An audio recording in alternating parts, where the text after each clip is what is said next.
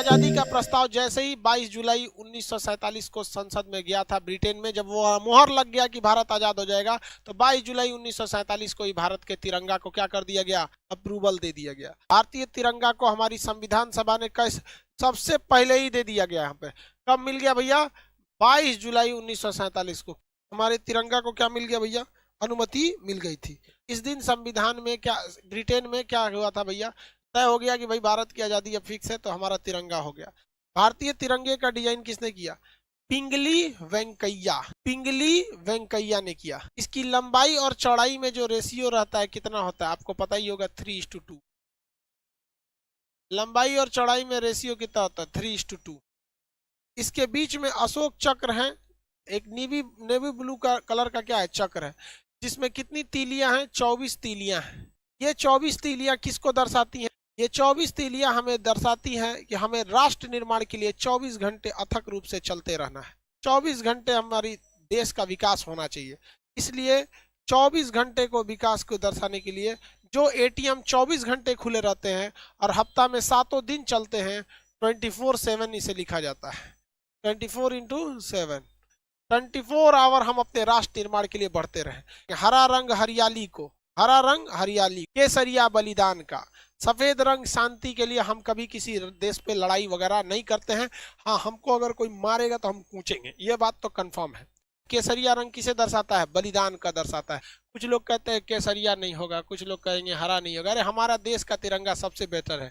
हरा क्या हरियाली कोई मिटा सकता है, केसरिया के आसमान और सूरज के रंग को कोई बदला जा सकता है, नहीं। तो देखिए हमारा जो है बलिदान का, केसरिया एक्चुअली किस चीज के लिए, बलिदान के लिए है। हरा रंग किसके लिए, हरियाली के लिए। हमारे देश हरा भरा है भाई, मेरे देश की धरती। इसमें गलती कैसे कर देता है लड़का सब। हम बचपन में छोटे थे तो तिरंगा बनाना था ना, तो हमने गलती से क्या किया, केसरिया को नीचे कलर कर दिया, ग्रीन को ऊपर कलर कर दिया। अब छोटे बच्चे हम लोग थे, लोग 4-5 में पढ़ते थे, और टीचर हमको समझाएं कि देखो बाबू ऐसा गलती नहीं करना।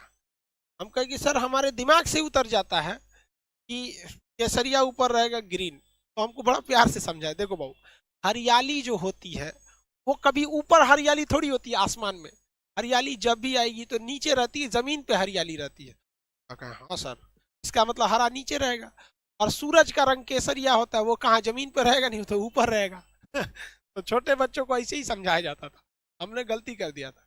हमारा झंडा, झंडा रूल के हिसाब से आप सूरज निकलने से पहले अंधेरे में झंडा नहीं लहराएंगे। सूरज निकलने से पहले अंधेरे में झंडा नहीं लहराएंगे। यानी जब भी झंडा लहराना है तो जब सूरज निकल जाए तो सूर्योदय की रोशनी में, सूर्य की रोशनी में हमारी झंडा का तोलन होना चाहिए, फ्लैग होस्टिंग एकदम। और जब सूरज ढलने लगे तो हमारी झंडा का अपमान न हो, अंधेरे में हमारी झंडा को कोई देख ना सके, हमारे वीरों के बलिदान को, हमारी मिट्टी की हरियाली को जब कोई देख ना सके, तो हम लोग को झंडा क्या कर लिया जाता है, सूर्यास्त के बाद उतार लेना चाहिए। झंडा में नियम है कि जब भी कोई व्यक्ति झंडा में लेके आगे चलेगा आंदोलन वगैरह में, तो दाहिनी हाथ उसका ऊपर रहना चाहिए और बायां हाथ उसका नीचे रहना चाहिए।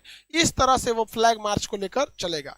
यहाँ पे झंडा को इस तरह से, ये नहीं कि दाहिना हाथ कहाँ रहना चाहिए, ऊपर रहना चाहिए, राइट हैंड इस तरह से लेके वो मार्च करके चलेगा। अब जैसे मान के चलिए कि अगर सैनिक हैं, अगर हमारे देश के सैनिक हैं, तो सैनिक को परेड वगैरह लंबी दूर तक नहीं रहना। अब मान के चले किसी को आंदोलन करके लेके जाना है झंडा, तो उसे क्या करना है, अपनी गाड़ी पर झंडा सबसे ऊंचा रहना चाहिए। अगर आप किसी धार्मिक झंडे को इस झंडे के साथ लगाना चाहते हैं, या भारत में रहकर किसी अन्य देश का झंडा लगाना चाहते हैं, तो कोई भी झंडा भारत के झंडा से ऊपर नहीं हो सकता। जैसे मान के चलिए किसी को अपना केसरिया झंडा लगाना है, किसी को हरा, किसी को लाल, किसी को गुलाबी, किसी को कुछ भी, तो वो इस झंडे से नीचे रहना चाहिए। हमेशा हमारे नेशनल फ्लैग का रेस्पेक्ट बना रहना चाहिए। हमारे झंडे से ऊपर किसी का झंडा नहीं रहना चाहिए, किसी को कोई दिक्कत नहीं। देश के अंदर अब पता चला अमेरिका में गए हैं, कहेंगे कि हमारे झंडा ऊपर रहेगा, तो भाई अमेरिका के लोग का देश वो अमेरिका है और वो अपना झंडा ऊपर रखेंगे, तो ये तो बेवकूफ़ी हो जाएगी ना भाई। आपका नियम अपने देश में लगता है। अब एक चीज़ और ध्यान दीजिएगा, मान के चलिए रूस के राष्ट्रपति व्लादिमीर पुतिन भारत में आए, तो व्लादिमीर पुतिन जब भारत आते हैं तो बताइए उनके सामने उनका झंडा नीचे रखेंगे, हमारा झंडा ऊपर हो जाएगा, तो भाई उनको भी तो खराब लगेगा। हर व्यक्ति को तो अपना देश प्यारा होता है। तो जब कई सारे झंडे एक साथ लगे हों तो भारत का झंडा उस झंडे के दाहिने साइड रहना चाहिए। किस कहाँ रहना चाहिए, दाहिने साइड। मान के चलिए रूस अभी हमारा मित्र है, तो हमारा अपने मित्र को तो हम भी निराश नहीं ना करेंगे। नेशनल भाई सबके लिए इक्वलिटी की बात है। तो जब कभी भी आप अपने देश में किसी दूसरे के झंडे को बराबरी रखते हैं, जैसे कोई भी देश, आप पाकिस्तान वालों की बात नहीं कर, भारत वाले, रूस वगैरह की बात, तो हमें क्या करना है, उसको राइट साइड में रखना है। अपने झंडे को कहाँ रखना है, राइट साइड में। अगर कोई आंदोलन या जैसे किसान आंदोलन चल रहा है, तो किसी को अगर उसमें तिरंगा लेके जाना है और अगर दाहिनी हाथ से उठा के ऐसे थक गया है बेचारा, कितना दूर ले जाएगा, सैनिक तो है नहीं, आम आदमी सैनिक की तो नहीं रहता है, तो उसे अपने दाहिने कंधे पे क्या करना है, झंडे को ऐसे रखना है, दाहिने कंधे पे झंडे को रख के लेके चलना है। और याद रखना चाहिए कि जो व्यक्ति दाहिने कंधे पे झंडा को रखा है वो आंदोलन में सबसे आगे रहना चाहिए। आंदोलन में क्या रहना चाहिए, सबसे आगे रहना चाहिए। और झंडा कभी भी जमीन से टच नहीं होना चाहिए, इससे हमारे झंडे की क्या हो जाएगी, बेइज्जती होगी।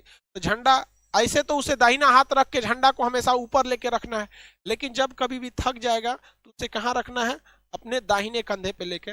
और आंदोलन मार्च में वो सबसे आगे रहना चाहिए। ये नहीं तो इस तरह से बहुत ज्यादा झंडे का अपमान एकदम सरासर गलत है। अरे भाई, जो देश प्रेम नहीं कर सका उसको खुद को सुसाइड करके मर जाना चाहिए।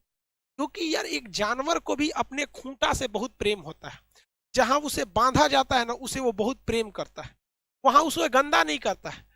और कैसे लोग हमारे देश को लोग उल्टा सीधा बोल देते हैं। हम अपने झंडे का देखिए, एक जाने अनजाने में कभी हो गया, जैसे कभी हम 26 जनवरी को आप देखेंगे सड़क पे कभी कोई तिरंगा गिर गया है, तो कोई जानबूझ के नहीं फेंका होगा, जाने अनजाने में उसे गिर गया होगा, तो आप कम से कम उसे उठा लीजिए।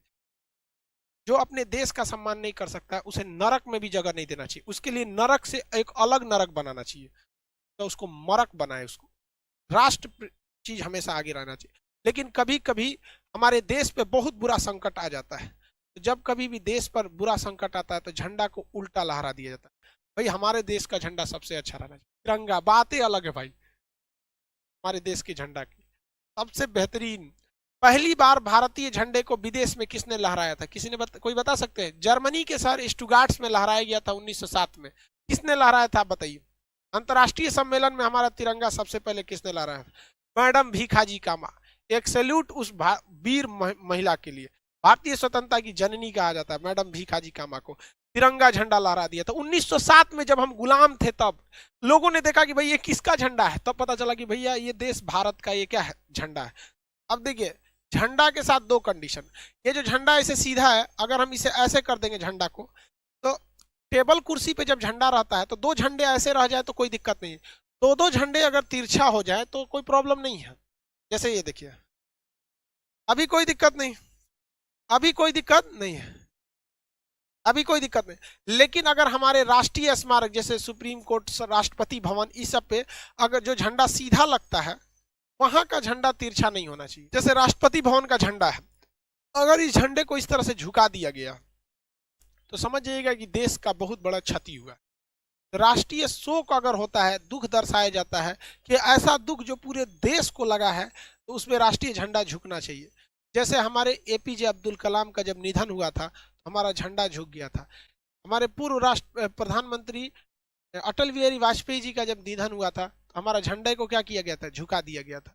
तो जब देश को एक अभूतपूर्व, एक बहुत बड़ी क्षति हो जाती है, कोई बहुत बड़ा देशभक्त या बहुत बड़े व्यक्ति की जब निधन हो जाती है, तो राष्ट्रीय शोक मनाने के लिए, ये दिखाने के लिए कि हमारा पूरा देश आज शोक में डूबा हुआ है, हम अपने झंडे को क्या करते हैं, झुका देते हैं। अब एक होता है उल्टा झंडा। उल्टा झंडा का मतलब ऐसे नहीं होता है कि लकड़ियां ऊपर कर देंगे, ये उल्टा झंडा नहीं है। उल्टा झंडा का सेंस क्या होता है कि केसरिया कहाँ हो जाएगा, नीचे, केसरिया कहाँ हो जाएगा, नीचे, और ग्रीन वाला कहाँ हो जाएगा, ऊपर। उल्टा झंडा का मतलब होता है कि हमारे राष्ट्रीय शोक है, मतलब कोई विकट परिस्थिति आ गई, भयानक भूकंप आ गया हो, भयानक कोरोना कंट्रोल के बाहर हो गया है, त्राहिमाम त्राहिमाम हो गया है, कोई बहुत बड़ा जल सैलाब आ गया है, बहुत भूकंप टाइप का कुछ या सुनामी टाइप का कुछ आ गया, राष्ट्रीय संकट आ गया है, तो अब हम अपने झंडे को क्या करते हैं, उल्टा कर देते हैं।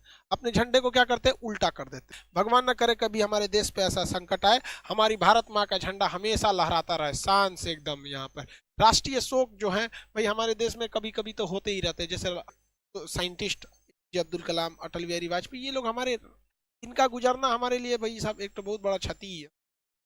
भगवान न करे हमारे झंडा कभी उल्टा हो, ऐसा कोई संकट ना आए देश पर, भगवान स्पेशल ध्यान दीजिएगा, हमारा देश का झंडा सीधा ही रहे।